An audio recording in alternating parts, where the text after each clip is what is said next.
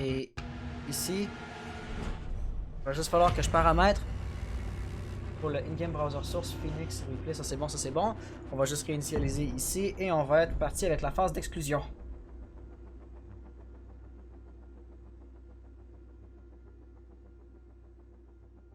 Donc on va être à nouveau sur Littoral, même map que précédemment. Avec des équipes par exemple légèrement différentes. Donc on a la Phoenix Uprising.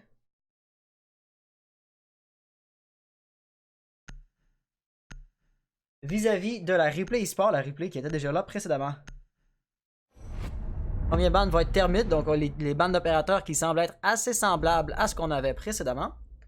La Phoenix, par exemple, va avoir évidemment des bandes différentes à nous proposer. Il savait immédiatement qui il voulait enlever.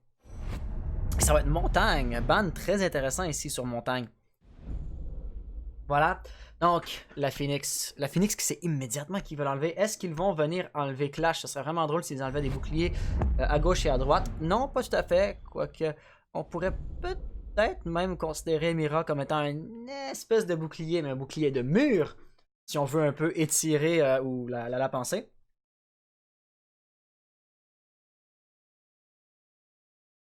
Et finalement, la replay va venir ban son défenseur.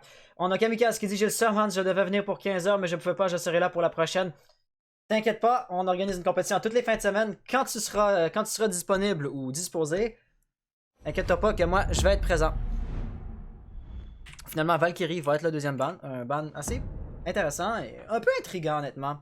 Donc, vraiment, ce que je note, c'est que il n'y a pas vraiment un thème continu ou fluide dans le lien des bans. Comme par exemple, si une équipe va ban en attaque Buck et en défense Pulse, on peut voir qu'ils veulent vraiment bloquer le jeu de la verticalité. Ce qui n'était pas le cas ici, définitivement. Et puis, les deux défenseurs qui ont été bans sont plus ou moins des opérateurs qui servent à prendre des informations. Valkyrie, clairement, c'est la caméra. Mira, voir sans être vu, on peut considérer ça comme étant un gadget de prise d'information, quoique c'est quand même très pratique pour faire les kills.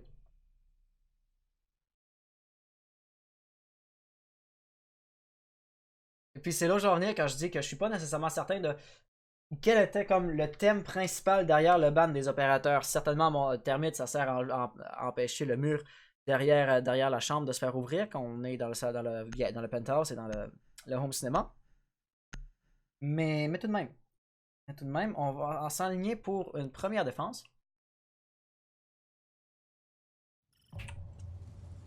Voilà, première défense qui va venir donc au salon Narguilé et à la salle de billard. Porte renforcée! Il y a celle ici qui va immédiatement commencer à saboter des panneaux de blindage pour poser les siens en fait. On va redescendre un petit peu le volume du jeu. Hop, comme ça, je pense que c'est un volume non encore un peu trop bas. Système anti-grenade activé. On a Sinaros qui demande dernière question. On peut, si on a la team comme ça, ou il faut des inscriptions avant? Faut s'inscrire au préalable, parce que je veux dire, je monte le tableau des parties comme le matin même. Donc, faut que tu sois déjà inscrit. On n'improvise pas les inscriptions. Mais regarde, les inscriptions sont déjà ouvertes pour la semaine prochaine. Et considérant ça, ben, si jamais tu veux t'inscrire pour la semaine prochaine, tu peux déjà le faire. Beaucoup d'opérateurs légers dans cette composition-là. On a vraiment que Doc qui va être lourd. Mais pour autant, je m'attendrais pas à avoir masse de roamers. On a définitivement Shox qui va descendre. Immortil aussi, il va pas rester sur site. Mais après ça, Castle à 2 poids d'armure, il pourrait partir bouger un peu et rester sur le site. Il va probablement rester. Lésion, même chose, il va défendre ici les escaliers. Au moment où il va recevoir de la pression, Castle va être le premier à encaisser des dégâts. Partir croisé, partir travers ici de la part de Noriam. Tient une ligne très longue en rappel à cette fenêtre-ci. Il va donc être un peu difficile à déloger avec le bouclier facial qu'il a. C'est après tout la nature de son gadget. On a quand même Easy qui est juste là, qui pourrait facilement aller chercher s'il veut. Et Immortil qui va être en mesure d'aller chercher son premier kill. Bien joué à lui. Voilà, Shox va aller chercher un deuxième frag également. Donc ça commence relativement bien pour la replay. On est maintenant en situation de 5 à 3. Avec même pas une minute de jouer déjà dans la partie, c'est un bon début. C'est définitivement un bon début, mais tout n'est pas encore joué. Les opérateurs, entre guillemets, importants sont encore en vie. En l'occurrence, c'est surtout Ibana qui a vraiment le gadget plutôt VIP. Twitch a le potentiel de vraiment saboter des défenses, des défenseurs. Ici, dispositif Jäger, Mingu. On peut vraiment faire mal là-dessus. Le drone va se faire détruire, ça va clairement nous indiquer qu'il y a encore quelqu'un. Est-ce qu'il va se relocaliser au mauvais moment? Oui, plus ou moins. Immortal est encore juste ici. Il a su bien faire la rotation pour revenir derrière le bord. Un autre drone va arriver de ce côté-là, ce qui va clairement donner son information. Et on va voir ici ZX qui va vouloir rush, mais ça ne passera malheureusement pas. Immortal a su se sauver, par exemple. Il s'est sauvé pas pour monter les escaliers, mais pour se cacher dans la cuisine. La nitro au plafond va-t-elle passer ici? Oui, il va tenter la nitro. Est-ce que ça va marcher? La réponse va être oui! Immortal va aller faire le frag sur Benji et immédiatement après, on a ZX qui a réussi à faire un kill également, mais quand même, situation de 2v4, rectification 1v4, ça va être difficile à remonter. Le bout de la tête ici, on ne sera pas en mesure d'aller l'atteindre. Malheureusement, ZX a encore 1 minute et presque toute sa vie. Mais tout de même, il n'a pas le désamorceur, va falloir qu'elle le récupère. Ça, ce sera pas particulièrement facile à faire. Là, il va chercher, mais va pas particulièrement trouver non plus. Avec 50 secondes, l'avantage par exemple, c'est que les défenseurs ne savent pas exactement où il est. Donc c'est vraiment le seul avantage qu'on peut donner à la Phoenix actuellement. La caméra ici, il y avait un des joueurs probablement mort qui est dedans. En fait, le joueur mort, Immortal est le seul qui est tombé dans son équipe. Donc là, l'avantage de surprise pour ZX est malheureusement perdu. Reste à voir comment les joueurs de la replay vont réagir face à ça. On peut voir, il y a un petit quelqu'un dans le bout du corridor sur la gauche. On va tenter les gros travers. Ça a tué personne, il y avait personne dans les environs, mais ça va faire assez de bruit qu'on va clairement savoir où tuer. Ici, on va voir Jaeger. Jaeger va s'être en mesure de chercher le kill. Et les deux joueurs ont tiré beaucoup de balles. Il va tenter de recharger, va sortir son pistolet. Non, il a tiré avec l'arme principale. Et Shox Replay va remporter la première manche pour la Replay eSport. Un beau kill ici sur la tête de H.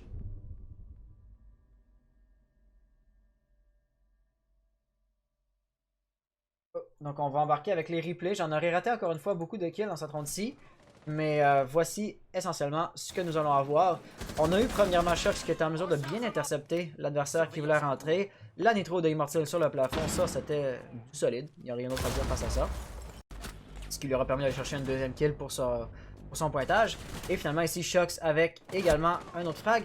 Si je ne me trompe pas, ici, voilà, une double kill pour Immortal, une double kill pour Shox et Rattel finalement a fait un frag de son côté également. Deuxième défense va venir au penthouse. Donc ça c'est tout à fait prévisible. Et puis voyons voir si on serait pas capable de mettre les logos des équipes, ça va être mieux que juste d'avoir rien en haut.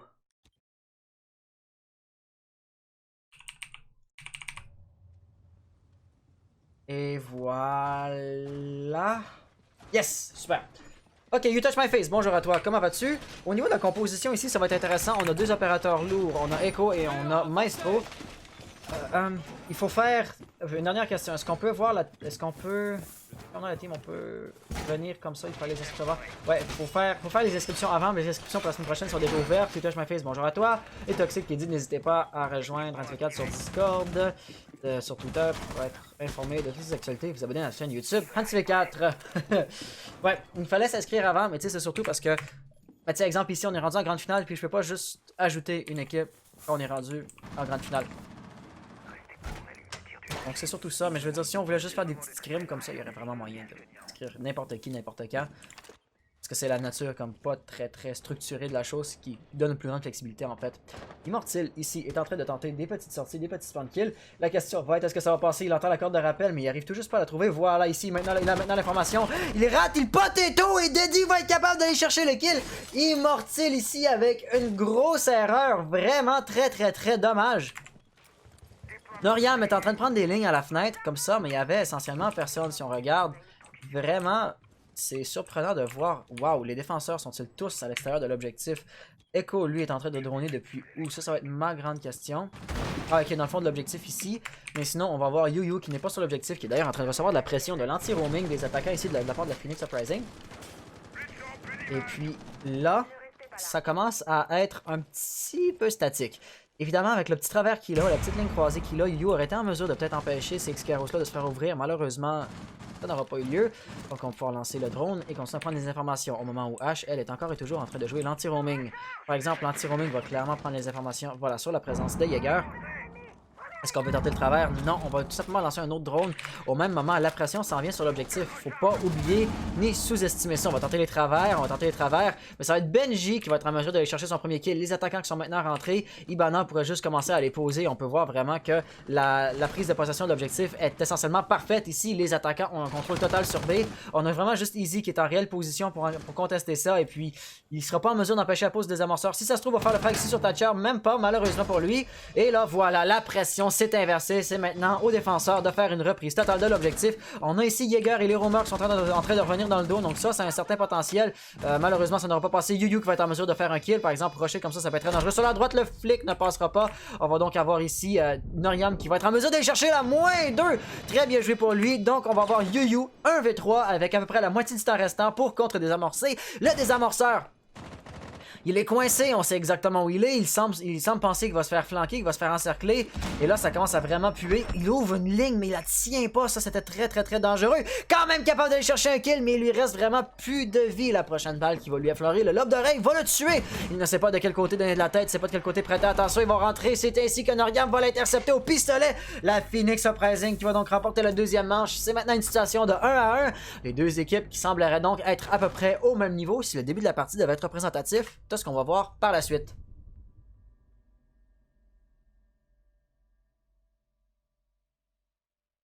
Et voilà, avec le replay. C'est vraiment dommage ici qu'Immortal rate ce kill là. C'était, je vais pas dire un kill gratuit, mais c'était le genre de choses qui aurait absolument pas dû rater. Après ça, c'est vraiment été sur la pause du désamorceur que c'est arrivé très rapidement. Yuyu aurait vraiment dû faire plus attention en ouvrant ce trou là avec la percussion. A été en mesure de chercher le frag, ce qui lui a donné une triple kill. Mais ultimement, voilà, il s'est fait intercepter ici par Noriam.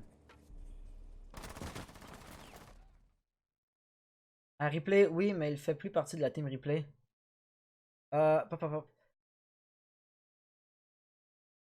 Tranquille, j'avais la X-League hier et j'ai beaucoup aimé le cast d'Anti-V4. Ah, ok. Donc, je suis content que ça te plaise au point de revenir. Du coup, bienvenue dans la communauté. Quand je caste comme pour d'autres communautés, typiquement, ben, c'est comme les gens qui jouent la X-League vont participer dans la X-League et vont regarder les streams de la X-League, mais ça t'intéresse pas trop. Tu sais, si tu joues pas à la compétition, typiquement, t'as pas trop tendance à t'y intéresser. C'est sûr vraiment si c'est la Pro League, parce que là, vraiment, c'est les meilleurs au monde. Donc, c'est assez rare de voir quelque chose comme ça, de caster pour une autre ligue ou une autre cup, une autre compétition, puis après ça, ils viennent me retrouver. Donc, hey, ben, merci beaucoup, je suis content que ça t'ait plu et bienvenue dans la communauté.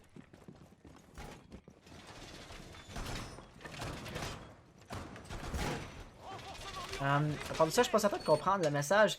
Ouais, bizarrement, j'ai aimé quand il a dit la -33333 MDR. Ça, c'est pas du tout. Ok. Si on revient ici un petit peu, ce que je vais noter, ça va être beaucoup d'opérateurs lourds. Donc, on va avoir Maestro, Echo et Doc.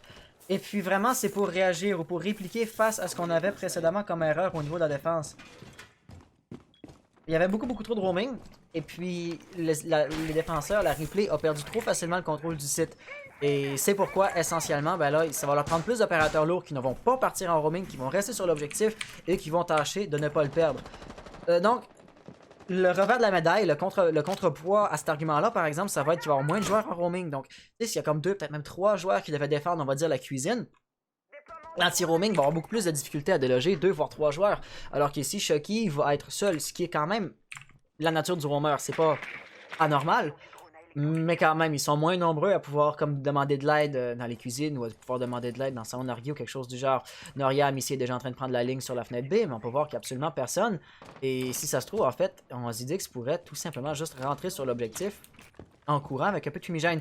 Derrière lui, Benji, par exemple, il y a quelqu'un, il s'en est pas rendu compte. Le drone est en train de rentrer, de prendre l'information. Mais Benji a été trop impatient. Il est rentré un tout petit peu trop rapidement pour son propre bien. Yuyu, de son côté, est en train de tenir encore et toujours la même petite ligne de travers pour protéger le salon VIP. Et justement, c'est une ligne qui va être très pertinente puisque les attaquants sont en train d'arriver au salon VIP. Il change de côté, il se relocalise pile au moment où je pense que c'était Twitch qui se présente juste ici. Voilà, Deddy semble s'attendre justement à ce qu'on ait exactement la même stratégie. Et Pulse également pourrait être dangereux. C'était juste en dessous de lui avec la nitro au plafond, mais il n'est pas là pour l'instant. Press tab, please. Je ferai ça à la fin de la ronde, t'inquiète pas, on va le faire. Twitch, encore et toujours, qui sait très clairement qu'il y a quelqu'un là, elle fait très attention.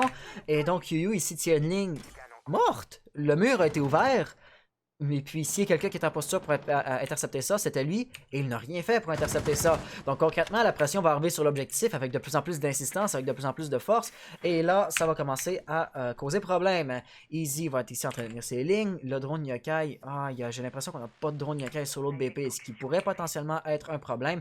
Thatcher, lui, est rentré, et il va aller chercher le frag sur Easy qui tenait la ligne, mais qui ne savait pas de quel côté regarder. Désamorceur est actuellement en train de se faire poser.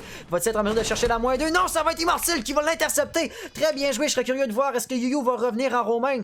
Non, pas tout à fait. Choc pour sa part est encore en bas des amorceurs maintenant posés. C'est vraiment quelque chose que la Phoenix Uprising fait particulièrement bien, de prendre le contrôle du site et de poser Zidix avec un autre kill sur Rattel. Très bien joué. 3v3 rectification, 2v3 Deddy qui était en mesure d'intercepter le roaming de Yu. Son roaming était relativement prévisible. On a Doc ici qui va tenter de manière particulièrement agressive, pas capable de chercher le kill là-dessus. Il était encerclé. Deddy sur sa gauche va aller chercher le frag. Ça va nous laisser avec Choc en situation de 1v3 qui était en roaming. Beaucoup trop passif. Il est en mesure d'aller chercher un premier kill sur quelqu'un qui savait pas qu'il était là. Un deuxième kill, voilà la double par exemple. Là, il va falloir qu'il fasse particulièrement rapidement la -2, ça lui met une triple kill. S'il est capable d'aller chercher le dernier kill, ça serait très spectaculaire. Malheureusement, ça va être trop tard tout de même. La Phoenix Uprising va avoir gagné par le contre-désamorçage.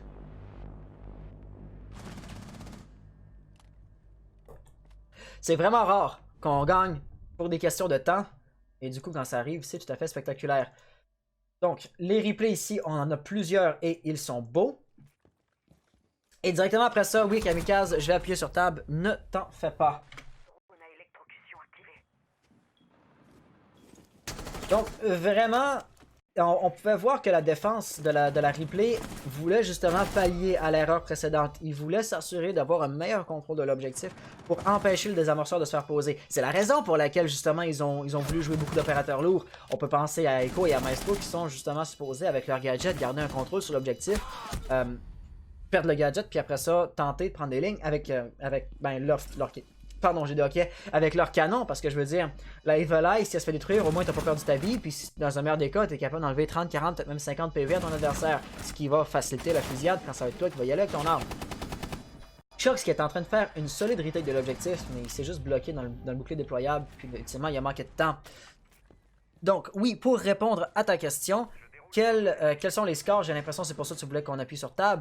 Donc, les membres de la replay viennent de jouer sur mon casque tout à l'heure, donc eux ont des niveaux à peu près, ça joue entre or et platine, certains sont pas classés, non il y a même un argent, Akiroz, Zepal Akiroz, Zelpar Akiroz, merci pour le follow, bienvenue sur la chaîne, bienvenue sur le live, merci pour le follow, et donc ici la Phoenix Uprising sont platine, on a Krix qui est argent. Je vais supposer que c'est un smurf parce que typiquement t'aurais pas un joueur qui est comme largement en dessous du reste de son équipe. Les attaquants sont déjà en train de commencer à arriver. Et donc la Phoenix, c'est ça. À part de ça, on a la replay qui ont des joueurs argent, des joueurs or. Mais je m'étais fait dire que c'était des smurfs tout à l'heure. Donc, interprétez ce que vous voudrez de là. Mais c'est ça, les niveaux au niveau des classements sont à peu près semblables. On a Immortal qui est vraiment le seul à retenir ici la barre Sunrise. Au moment où je dis ça, par exemple, on a, je pense, qu'est-ce que c'était Choc qui était juste derrière lui. Quelqu'un a donné un one-tap dans la barricade, donc il va pouvoir sortir en vitesse si jamais il le voulait. Et Immortal, s'il prend son capteur cardiaque, il va réaliser qu'il y a deux personnes. Il se fait rush par bas et il va s'être en mesure d'aller chercher le kill. Il a pas téton un peu, ça lui a pris quasiment tout un chargeur d'aller chercher un kill sur une cible qui était vraiment très facile à aller chercher. Tout de même, il a eu son frag, ultimement, c'est ce qui compte. Et puis il va clairement savoir que Twitch est encore juste là. Cependant, au moment où je dis ça, on a eu une relocalisation. Norian va vouloir tenter le travers, mais au même moment, Immortal qui pourrait l'intercepter. Il va se faire avoir par Deddy finalement. Parfaitement bien joué.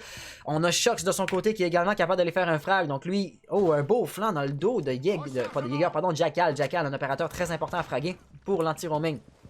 Glace de son côté est allé chercher un frag également. Et Deddy est en train de commencer à mettre de la pression sur l'objectif. Il semble savoir qu'il y a quelqu'un juste là. Il tient la toute petite ligne. Avec la fumée, ce qu'on va vouloir rentrer, Glace évidemment peut tenir les lignes. Supposer qu'il ne bouge pas.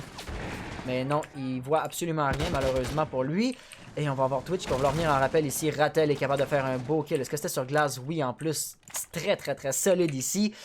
Donc là, vraiment, il va falloir voir qu'est-ce que les attaquants vont vouloir faire. On a Thatcher qui est en pleine rotation et Deddy qui tient la ligne, qui sait par exemple très bien qu'il ne peut pas rentrer. Il y a trop de défenseurs qui tiennent. Il ne peut pas juste rentrer au rush, plus les Mingu qui sont probablement à gauche et à droite. Donc ça va vraiment jouer sur Noriam. Est-ce qu'il va être capable de faire une distraction? S'il tire là, non, il tire au mauvais endroit. Doc est derrière un mur non renforcé, mais est un peu plus sur la gauche. Bien essayé.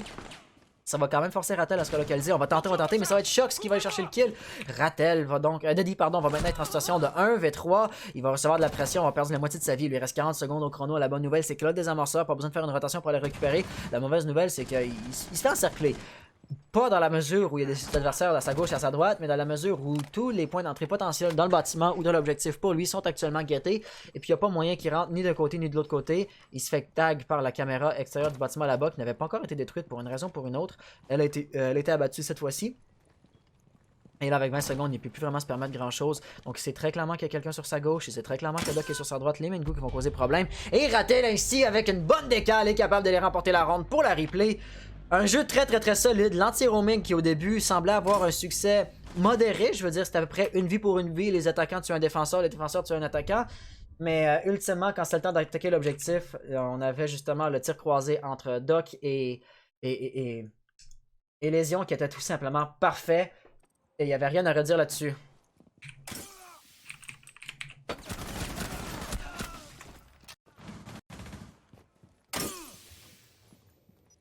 Et puis c'était au Penthouse.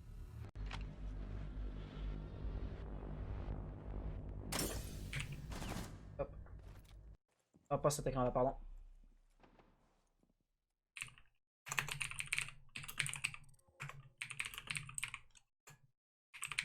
Ouais, donc on va voir un rehost.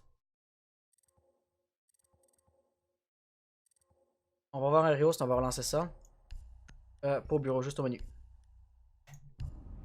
Voilà.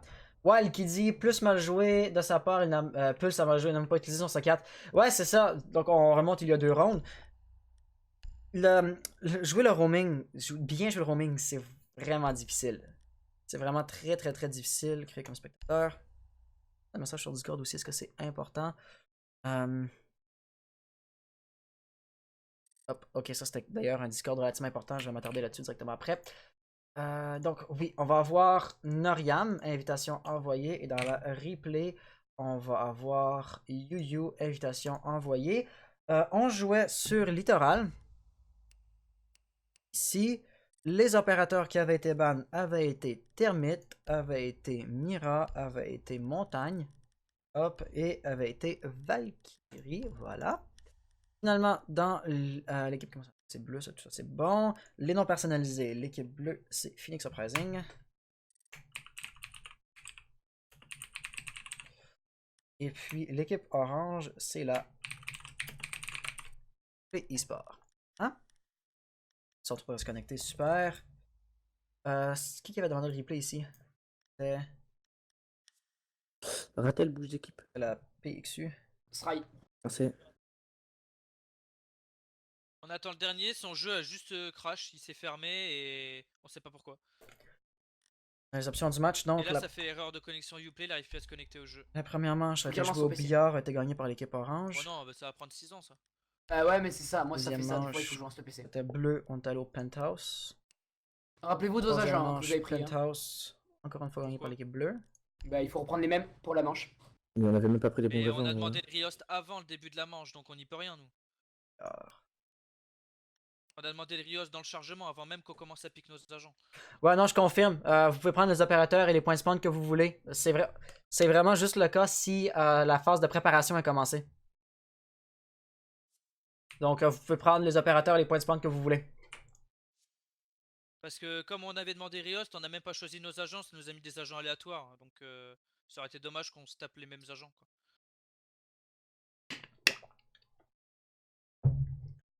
Donc, prenez votre temps, il n'y a quand même pas de stress, il n'y a absolument pas le feu.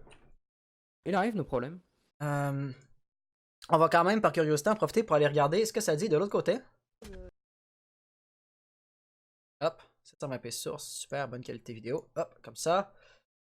On peut voir que... Ah, ok, il est tout juste en train de commencer. Donc la monarchie, la Akiro. Je pense que la monarchie est mal partie pour sa première ronde. Voilà, la Akiro qui va remporter sa première ronde dans l'autre équipe. La première manche dans l'autre équipe. Montagne qui s'est juste fait tirer dessus de tous les côtés. C'est rare de voir Bank jouer. C'est vraiment rare. Si jamais ça vous intéresse, je vais vous remettre ce lien-là. Vous avez les deux streams côte à côte. Vous pouvez voir le stream que vous voulez. Et puis, Ig On a avec last. Xcol, merci moi, pour je le suis follow. Bienvenue sur la live. On est prêt. Bienvenue sur la live. Ok, donc Au ouais, revoir. dernière confirmation, tout le monde est prêt? Ouais. Ouais. Parfait, donc on reprend 2 à 2. Bonne chance à tous, que le meilleur gagne. Bonne Good chance. luck. Hey, compétition.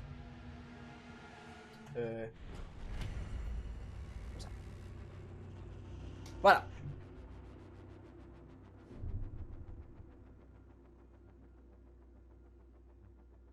Donc on est reparti pour du 2-2. La replay qui cette fois-ci va avoir une défense dans la cuisine.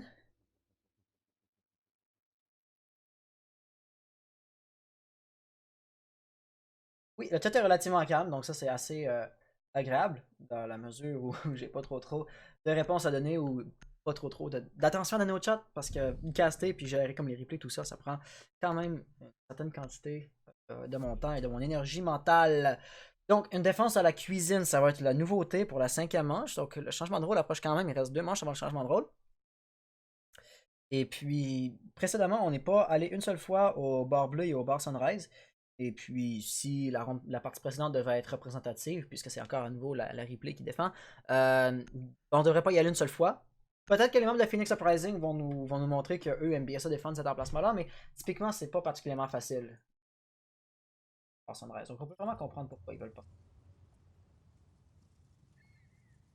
Invariablement, si on vient regarder un petit peu ici, à la cuisine, les opérateurs qu'on va avoir, ça va être 3 opérateurs lourds, mais pas nécessairement les opérateurs typiques ou les opérateurs auxquels on pourrait s'attendre.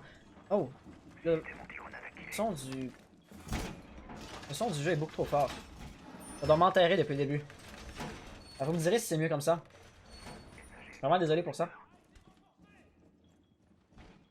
Oh, le volume avait été descendu. Bon, peu importe. Donc, on regarde ici, oui. Les murs extérieurs ou les murs importants vont se faire renforcer. Voilà, ces 4 murs-là vont avoir été renforcés. Celui-là également. Et puis pour le reste, il reste plus grand-chose vraiment qui soit absolument vital à se faire barricader. Certains vont renforcer entre les toilettes et l'entrée arrière. Certains vont tout simplement délaisser le mur parce qu'après tout, si l'attaquant est rentré sur B, quel intérêt qu'il y a à ouvrir les toilettes? On va avoir immédiatement Easy qui se mettant en face d'une fenêtre. Il va se relocaliser pour aller en face de la porte. Et puis ma question va être les roamers. Shox va être en roaming. On va également voir Yuyu. Oh, Yuyu, s'il est bien placé ici, il pourrait peut-être même tenter une sortie ou quelque chose du genre. On a après tout ici des attaquants qui sont en train de commencer à arriver. Mais vraiment, ça va être un Crick qui pourrait peut-être commencer à mettre de la pression. Mais pour l'instant, il est vraiment en train de se cacher pour droner. Twitch va venir, va prendre l'information, mais il va se rendre compte qu'il n'y a absolument aucun dispositif Jaeger ou quoi que ce soit au moment où on a ZX qui est capable de faire un frag sur Doc. Donc on est en train de vouloir rentrer par l'arrière et jusqu'à présent ça marche relativement bien. L'ouverture va avoir été créée, il n'y a plus trop de défenseurs dans les environs. Certes, il y a encore la barricade sur la porte, mais ça va être très facile à contrer. Noriam est en train de tenter de rentrer. Il y a clairement... Oh, le feu ici pourrait être très intéressant, mais non, il n'a pas réussi à aller chercher le kill. Le drone Echo pourrait être problématique également pour les attaquants qui voudraient désorienter Clash et la rusher avec voyons. Je cherche mes mots, on pourrait utiliser des grenades Thatcher pour désactiver le bouclier puis après ça la rusher comme si c'était une montagne qui peut pas se défendre. Le feu encore une fois qui va avoir été mal lancé, donc plutôt on n'aura plus cette ressource là pour déloger Easy. En arrière on a Echo qui est capable de faire un frag sur ZX, donc ZX avait été en mesure de rentrer par en arrière, de faire le frag sur Doc et de tenter d'arriver de ce côté là. Malheureusement pour lui ça ne passera pas. La -2 va-t-elle passer? Non, on a Crick qui est encore ici en train de tenir la ligne. Ici on va également avoir Benji qui va vouloir arriver, mais lui non plus n'aura pas vraiment de succès. Il continue de se faire harceler par le bouclier ici de Clash, mais ça ne passera pas. Si sa ligne, il cherche. Il va encaisser des dégâts, c'est non négligeable quand même, faut pas oublier. On a Shox ici qui est vraiment en train de tenir également, donc Crick va vraiment avoir de la difficulté à arriver. Et ici, vraiment, ce que je pourrais dire, c'est que l'attaque a été paralysée. Les attaquants n'ont plus vraiment de façon simple et efficace d'avancer, de progresser. Benji ici a perdu à peu près la moitié de sa vie à juste accepter de prendre des dégâts à cause du bouclier. Et là, vraiment, Crick va devoir se relocaliser. Benji également, il a trouvé une autre façon de rentrer, mais Clash va clairement venir le retrouver. Et on va avoir Noriam qui voulait, j'ai l'impression, jouer un petit peu la verticalité, mais sans les charges explosives, sans box, ledge ou quoi que ce soit, il ne sera pas en mesure de le faire. Donc vraiment, on cherche oui un double stream. Oh, ici le ping, mais ça ne sera pas suffisant. Benji va tomber. La -2 ne sera pas possible non plus, par exemple. Il va quand même avoir un refrag immédiatement. Krieg va être en mesure d'aller chercher le frag. Avec 28 secondes, il est maintenant en station de 1v3. Il y a quelqu'un sur sa droite. Et puis il va voir les... Voilà.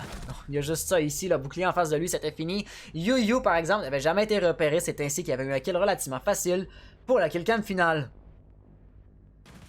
Voilà, le kill ici était absolument donné. Faut croire que Jackal avait utilisé toutes ses ressources ou son gadget, parce que sinon il aurait pu assez facilement prendre l'information sur la présence de Lésion qui était juste ici.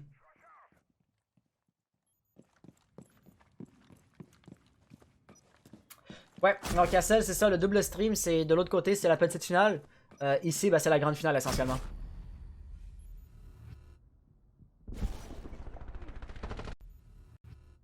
Donc au niveau des replays, ce qu'on peut vraiment voir, c'était que la Phoenix Uprising a vraiment eu la difficulté à trouver un point d'entrée sur l'objectif, même le bâtiment au complet. Il se faisait bloquer par Clash, il se faisait bloquer par les roamers.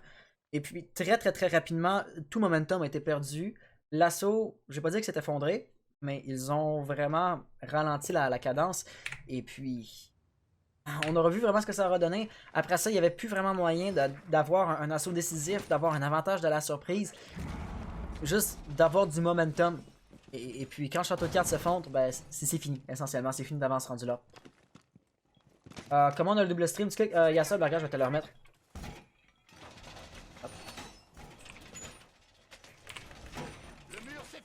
Voilà. Je peux également... on va vraiment falloir que je me fasse un script pour ça. Ok. Donc.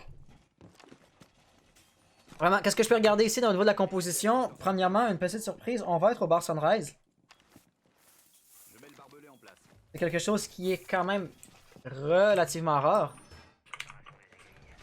Et puis ici, la composition va être vraiment différente pour refléter justement cet emplacement de défensif un peu atypique.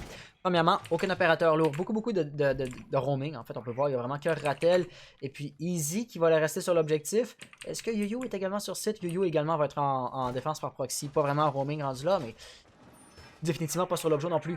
Donc, les attaquants. Oh, ici, Shux avec la -2 immédiatement. On est rentré beaucoup trop agressivement et ça va vraiment donner un temps d'attente. On peut voir que les autres vont être beaucoup plus réticents à vouloir arriver de ce côté-là. ZX qui va tenir sa ligne, qui n'est pas encore tout à fait certain de comment il voudrait rentrer. Et les roamers qui vont revenir continuer à harceler ça, mais pour l'instant on veut pas non plus pousser notre chance. Yuyu va tenir l'arrière, mais vraiment il n'y a aucun opérateur, il n'y a aucun attaquant, aucun membre de la Phoenix qui va vouloir arriver par l'arrière. ZX encore toujours en train de chercher sa ligne. Benji qui est rentré dans le salon d'Arguillé, donc il est techniquement parlant au-dessus de l'objectif, mais si on regarde un peu en troisième personne, il va y avoir Choc juste ici, qui pourrait lui causer problème. Donc comme de fait, lui, il semble avoir l'information, il y a eu un ping jaune, définitivement. Dex qui a apparemment fait des pré-shots. Il a trouvé son adversaire par terre sur le plancher. Oh, il vise un peu trop. Là, il a rajouté le tir. On va se relever. Un petit flic va-t-il arriver? Non! Yuyu va faire le kill. ZX va tomber. 2v5 maintenant. La replay qui est bien partie pour faire une ronde parfaite. Deddy qui va devoir aller chercher le refrag. Est-ce que ça va arriver? Yes! Deddy va faire le frag. Rattel va se faire intercepter. Et donc, plus de possibilités pour de la ronde parfaite pour la replay. Cette grenade-là, Benji, une chance que tu l'as pas cook parce que sinon, ça aurait vraiment été fatal et mortel. Deddy va vouloir arriver par le back. Mais c'est vraiment Benji qui faut recevoir la pression pour l'instant. Il va falloir récupérer le désamorceur pour les attaquants. Ça va vraiment être un problème. Et comme de fait, Deddy va aller justement se pointer exactement à l'endroit où son allié... Oh, la grenade ici qui va se faire lancer. Est-ce qu'on va avoir le kill? Non, ça a été lancé pile au-dessus de Easy, mais l'adversaire est au mauvais étage. Oh, Easy avec un beau kill ici qui a parfaitement bien utilisé son prisme comme un super beau bait. Maintenant, Benji a plus de grenade de quelqu'un juste ici. Il va se faire intercepter par Immortal. La replay va donc remporter la 6e manche et va être en situation de 4-2 pour le changement de rôle. J'ai un peu hésité là-dessus. Je confirme. 4-2 pour le changement de rôle. C'est un peu dommage, ou c'était un peu pathétique que je me suis enfargé dans mes mots là-dessus. Néanmoins, va pour le replay. Et ici, on peut voir immédiatement la -2 dès le tout début. Ça va vraiment avoir été punitif. ZX qui a malheureusement raté son kill là-dessus aussi. Donc là, c'est vraiment là que ça regardait très mal pour la Phoenix Uprising. Donc Deddy a voulu tenter, mais lui aussi, il a juste couru. Il s'est fait surprendre, mais il a quand même été en mesure d'aller chercher le kill. La grenade frag qui n'a malheureusement pas fait de kill, mais après ça, c'était ici Easy. Easy qui a su particulièrement bien utiliser son prisme pour aller chercher le kill. Et finalement, la kill cam finale de la part d'Immortal nous a proposé du solide.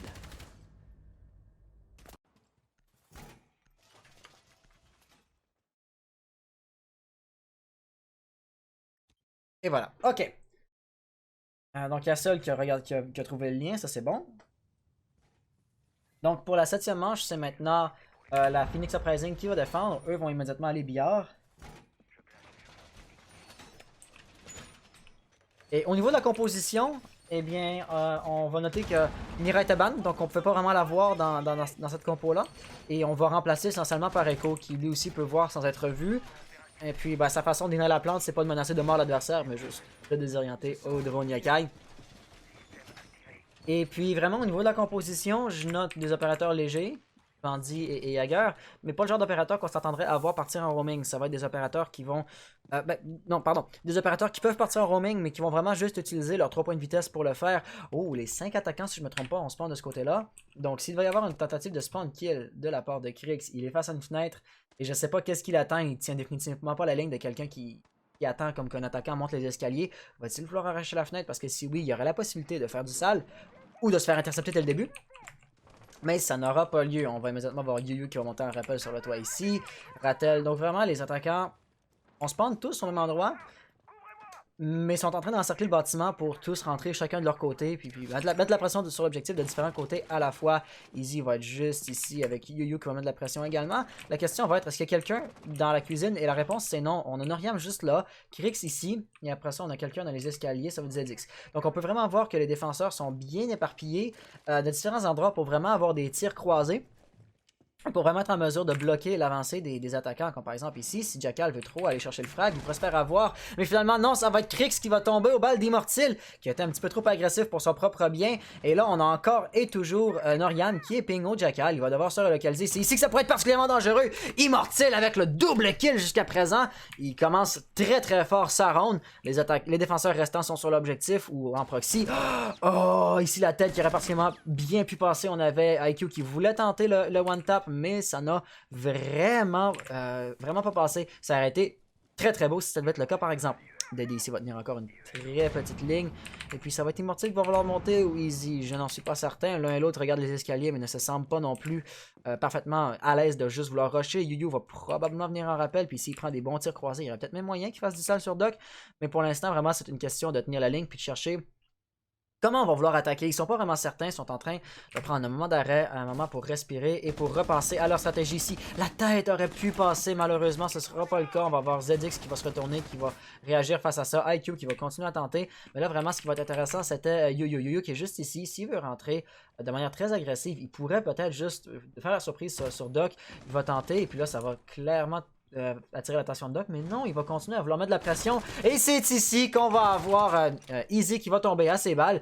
Maintenant, la prochaine cible vraiment très évidente, ben, ça va être Yu qui est juste ici, encore est toujours en train de mettre de la pression, donc ZX, est-ce qu'il va vouloir tenter la fusillade, ou est-ce qu'il va vouloir juste rester dans l'angle mort? Il va tenter, c'est ainsi qu'il va se faire intercepter, Yu qui va venir punir ça, donc là la défense qui commence à être un peu plus pressée. En désavantage numérique, on a Thatcher qui veut lentement mais sûrement avancer. Il ne semble pas savoir que le drone Yokai le repère. Donc s'il continue d'avancer, il va probablement se faire désorienter. Puis après ça, on va juste avoir Echo qui va se retourner. Ici, ils ont clairement l'information. La Nitro va se faire lancer. Est-ce que ça va faire le kill? Oui! Un beau kill, par exemple. On va voir Twitch qui va vouloir rusher, qui va être capable d'aller chercher le refrag immédiatement, qui va vouloir poser le désamorceur. Mais on va avoir probablement Echo ici qui va l'intercepter. Voilà. Il va très clairement voir sa menace sur la gauche. Et voilà, le temps va être gagné. La Phoenix Uprising qui va l'avoir remporté à la toute dernière seconde grâce au drone Yokai. On ne savait pas où était Echo. Et c'est ainsi qu'on joue Echo comme il faut. Vraiment, ça, c'était très très beau de voir justement le désamorceur qui se fait poser à la toute dernière seconde, se faire intercepter. Ça arrive rarement et c'est absolument majestueux quand ça arrive. Ça démontre également que la Phoenix Uprising, quand ils sont en défense, ils gagnent leur ronde également. Immortil avec le double kill dès le début, c'était vraiment bien joué. Doc qui a su bien aller chercher le frag sur IQ ici, mais immédiatement après, il a été un peu trop agressif, il a tenté la décale et puis c'est là que ça l'a puni, essentiellement. Et après ça, ben, c'était la Nitro qui était juste solide ici, très bien joué, un beau kill qui est arrivé. Mais après ça, je l'ai arraché deux fois celle-là. Désolé pour ça. Ah non, après ça c'était le refrag de la part de Twitch. Et finalement, on a gagné avec le temps qui s'est écoulé. Ouais, donc si on veut regarder ici la stratégie de défense, on va retourner au penthouse.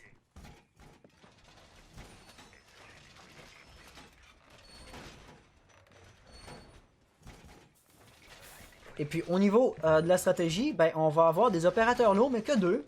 Donc ça va être une composition que je pourrais déclarer comme étant relativement bien balancée. On va avoir quelques opérateurs en roaming. En fait, 3 opérateurs qui peuvent facilement faire le roaming, mais probablement qu'on va avoir genre Jaeger ou Bandit qui va tenir par proxy. Je penserais pas que les 3 vont carrément délaisser le site. Doc et Maestro vont clairement rester défendre l'objectif. Au moment où je dis ça, par exemple, Benji semble préparer un run-out. Et il est prêt. Et est-ce qu'il va tenter le run-out? Oui, mais il va regarder du mauvais côté. Derrière lui, il va y avoir plusieurs adversaires qui vont arriver. Mais il sait comment justement se présenter tout en faisant attention. Et puis ici, ça pourrait être semi une bonne nouvelle. Hey Suba eSport, bonjour à toi, ça va? Oui, moi ça va super bien. Et toi? Bah, j'ai l'impression que ce pseudo-là, c'est une chaîne de team. Donc, et vous?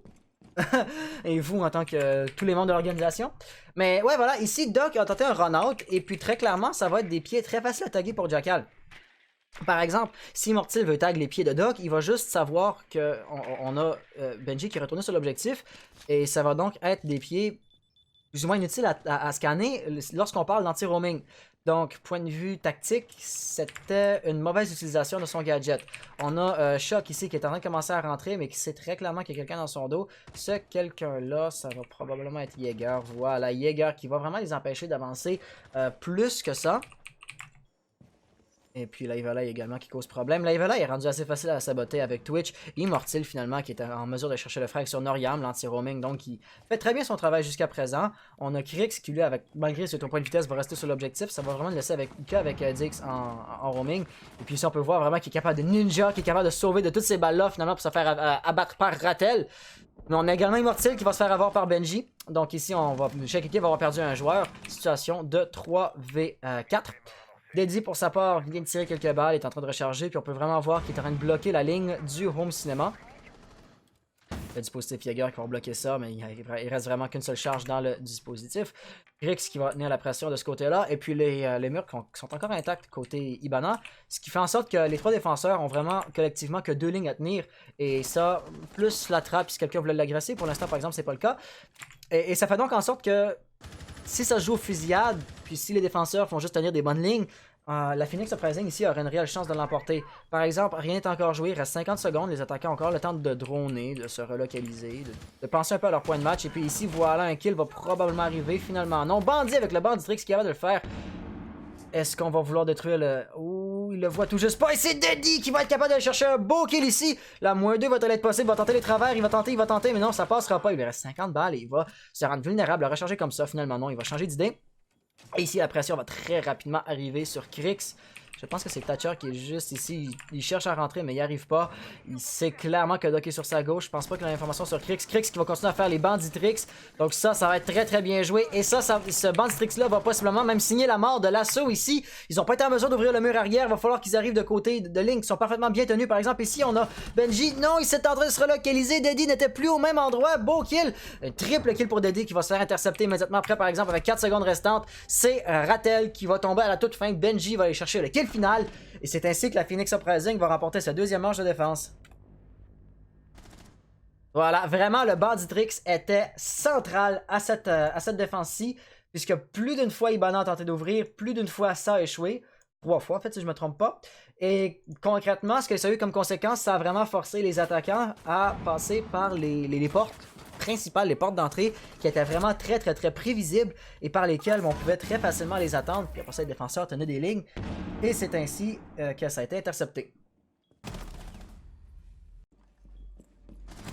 Ça nous montre donc en situation de 4-4, les pointages ont été rééquilibrés. On peut voir ici Liu qui savait où précédemment Maestro était, mais évidemment, il s'était relocalisé. Il a été refrag très rapidement, mais Benji est allé chercher la vengeance du refrag, et c'est ainsi essentiellement que la Phoenix Uprising a su remporter sa 2e manche de défense.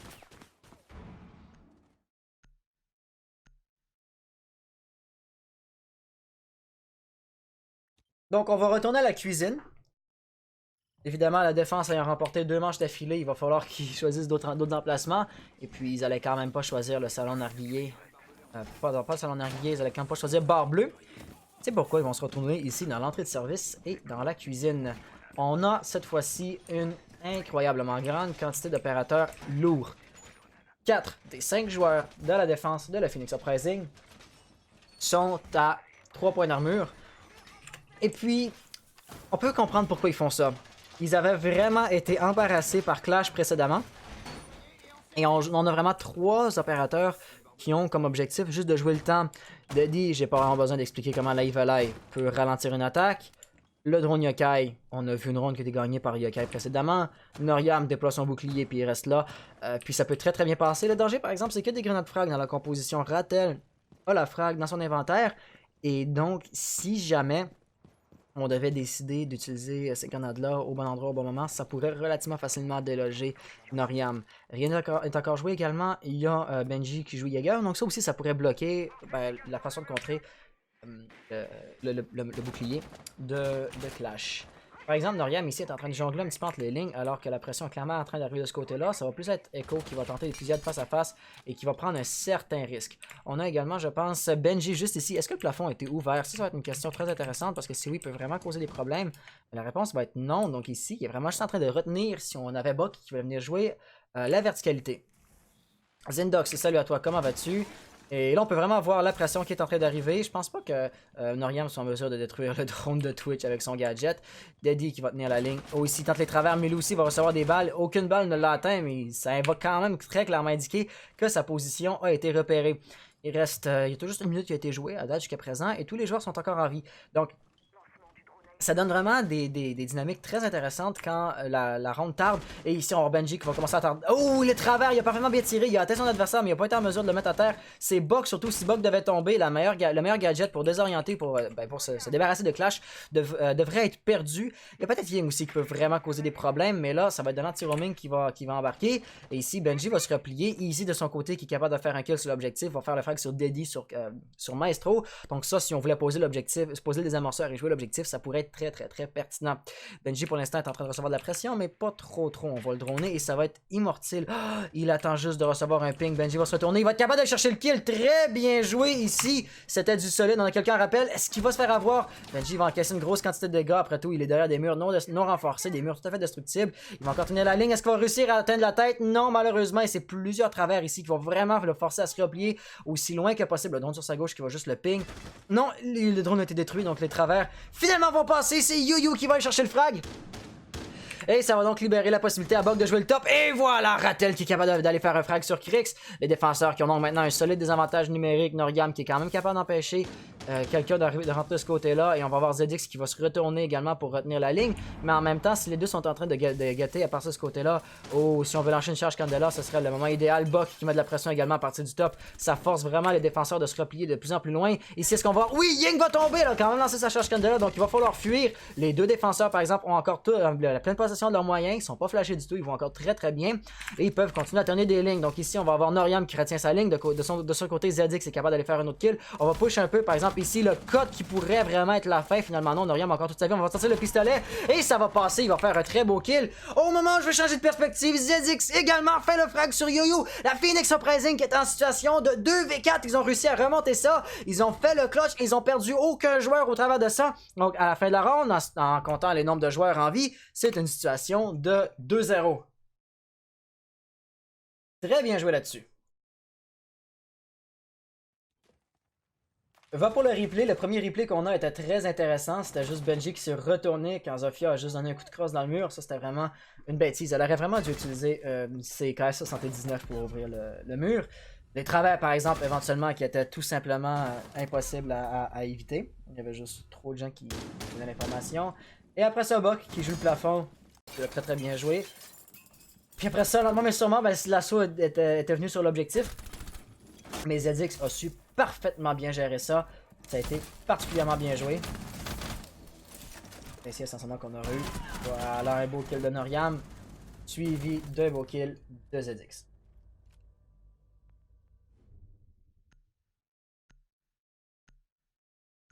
Toxic qui met encore et toujours les petites annonces dans le chat. N'hésitez pas à rejoindre HansV4 sur Discord, de suivre sur Twitter et de...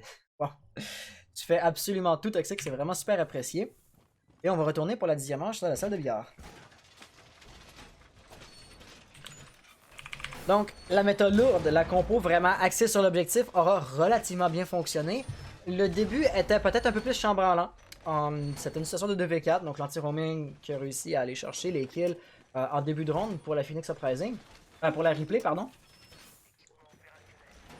Mais ultimement, la replay, quand c'était le temps de prendre le contrôle de l'objectif, ça s'est juste effondré. Buck a été capable d'aller chercher un beau kill en verticalité. Mais c'est pas ça qui va permettre de rentrer dans l'objectif. Et donc on peut voir où ils ont été interceptés et où ils ont été punis. La dernière question va être, est-ce qu'on va avoir des tentatives de spawn kill? Benji pourrait peut-être en tenter un, je pense que c'est ce qu'il va faire d'ailleurs ici. Et voilà, il va détruire la petite barricade, mais il n'y a personne. Donc il va pas être plus insistant que ça pour la ligne qu'il tenait. Sinon il y a un Oriam qui aurait peut-être également pu être en roaming, mais finalement il ne le sera pas. Et le reste des attaquants sont tout simplement en train de se relocaliser pour trouver leur point d'entrée. Immortil va être en train de droner et il va très rapidement réaliser... Oh, Benji va... Peut-être un peu comme précédemment, quand on avait la défense au top, en fait, la défense au top.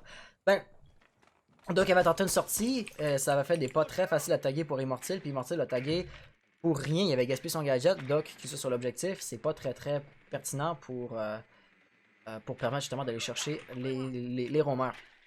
On a Zendox qui dit pas mal les strats des PXU. Ouais, les PXU ont vraiment des stratégies très intéressantes. Et un peu, ben, je vais pas dire inconventionnelles, mais ils ont des stratégies qu'on voit pas vraiment très fréquemment, puis des fois ça peut très bien fonctionner. Il y a une chose par exemple que j'ai vue qu'une seule fois. Ici il y a peut-être un kill qui va avoir lieu, on va lancer la charge Candela, faudrait pas. Oh, la charge Candela qui se fait lancer au mauvais moment, ça peut être fatal, mais non, il va s'en sauver. Il va quand même avoir perdu une charge Candela pour faire ça. Il a tiré tout son chargeur maintenant qui recharge. Et oui, Easy va être en mesure d'aller chercher le premier kill, très bien joué. Ibana de son côté a su ouvrir la trappe seulement, je pensais qu'elle était rentrée un peu plus loin. Mais ce mur-ci étant renforcé, ça va vraiment être une grosse priorité pour Ibana de l'ouvrir. On a Crick, lui qui reçoit de la pression, va détruire le drone au moment où il se fait tirer dessus. Ça pourrait lui être fatal, mais non, il est capable d'aller chercher le frag sur Immortil. Puis de balle dans sa carabine, il va devoir sortir le P12, il va vouloir continuer à push, mais non, ça passera pas. L'adversaire qui était en train de le push, qui n'a pas non plus vouloir sortir plus d'agressivité que nécessaire. Et donc c'est ainsi essentiellement que Kriegs va pouvoir se relocaliser, recharger ses armes et regarder un peu de où la pression va arriver prochainement. Personne ici, donc on a vraiment Thatcher et Ibana qui sont de ce côté-là.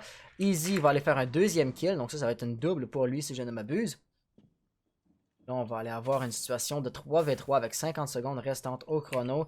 Lésion qui est juste ici, qui peut le tenter, mais pour l'instant, il va au bout du canon, mais il n'est pas seul. Il va tirer en bas. Oui, le kill va passer. Yu va tomber. De son côté, Crick également est en pleine fusillade. Il n'a pas été en mesure de chercher un frag cependant. Noriam se replie un peu au moment où Ying a flashé, donc ce serait son opportunité idéale pour rusher. Ce qu'il va faire, il va lâcher la ligne au mauvais moment. Noriam, avec la triple élimination, va se faire refrag immédiatement par Rattel d'ailleurs. Rattel, situation de 1v2 avec 30 secondes restantes au chrono. Ce qui va être très intéressant à remarquer, ça va être les drones yokai ici. Il y en a un par-dessus sa tête, je crois. Oui, on peut le voir en bleu en haut à droite. Donc il le voit. Et côté fusillade, côté fusil, c'est une situation de 1v1 puisque Echo, lui, n'a pas son arme dans les mains. Il est bien dans les drones. Rattel n'a pas le désamorceur. Il n'aura jamais le temps d'aller le récupérer. Il va voir Echo juste ici, Daddy, qui l'attendait de pied ferme. Et c'est ainsi que Rattel va tomber. La Phoenix Uprising qui va donc remporter la 10e manche. Très bien joué là-dessus.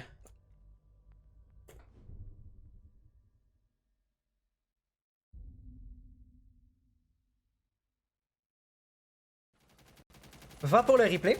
Et puis après ça, je vais vous montrer quelque chose, une petite stratégie justement. C'est toi qui as organisé le tournoi? Oui, HZ Von. C'est juste moi qui le fais tout seul à mon nom. Il y a un deuxième caster qui casse. L'autre qui casse la petite finale en parallèle à moi. Donc ça aide à ce que la compétition ait lieu un peu plus rapidement. Donc ça, c'est vraiment agréable. Oui, c'est moi qui fais tout de A à Z, comme Toxic est en train de le dire à l'instant. Et voilà, donc pour le killcam ici, Ying s'est malheureusement fait intercepter. Elle s'est retournée au mauvais moment. On avait eu Lésion qui a réussi à faire la -3, mais il s'est fait refrag immédiatement après. Et Daddy qui tenait la ligne ici. Il était sorti du drone yokai, évidemment, qui savait très clairement qu'il allait se faire push. Ainsi que ça s'est terminé. Pour la 11e manche, on va retourner au penthouse. Toxic qui dit ouais, c'est un warrior. Yes.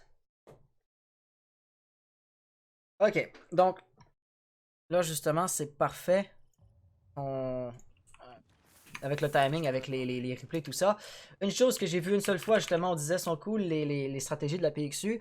Une stratégie que j'ai vue juste une seule fois par une équipe qui allait systématiquement jouer Buck et Sledge pour avoir 4 grenades dans la composition.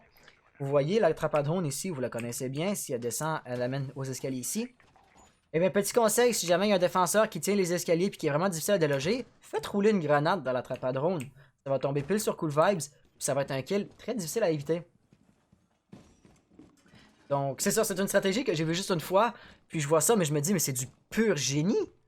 Puis je l'ai jamais revu après, donc ça, j'aimerais ça la revoir un peu plus fréquemment. Benji ici qui est en train de tenir une ligne si jamais il va y avoir un spawn kill. Restez pas dans la ligne de tir du SAG. On va préparer le spawn kill, mais la question qui tue toujours, c'est est-ce qu'il y a des attaquants qui sont spawn là? Parce que il a bien beau jouer parfaitement bien, si aucun membre de la replay a pris ce point d'apparition-là, par aucune erreur de la part de Benji, il sera quand même pas très... ben, sa tentative ici n'aura absolument aucun succès. Encore une fois, c'est juste parce que les attaquants sont pas spawn là. Donc on est en train de monter en rappel, l'assaut qui va clairement arriver depuis le salon VIP. Si on regarde un peu en troisième personne ce qu'on a, on va avoir ici, oh, Doc qui va immédiatement commencer à tenter les travers. Ici le kill, waouh, c'est quand même relativement agressif. C'est rare qu'en début de round comme ça tire déjà carrément sur l'objectif. ZX va venir prendre, la relève. Mais pour l'instant, hop, c'est qui? Ah, voilà, c'est Easy. Easy qui va se faire intercepter par Benji. Il avait été beaucoup trop statique, donc c'est ainsi qu'on pouvait très facilement savoir exactement où il était. Quelque chose de relativement rare. On voit Ibana et Thatcher qui sont en train de rentrer au rez-de-chaussée. Ils vont prendre donc l'entrée de service, la cuisine, parce que typiquement, on s'attendrait à ce que ce genre d'opérateur-là rentre par le salon VIP et tente d'ouvrir le mur renforcé derrière le lit. Von HZ, merci pour le follow d'ailleurs.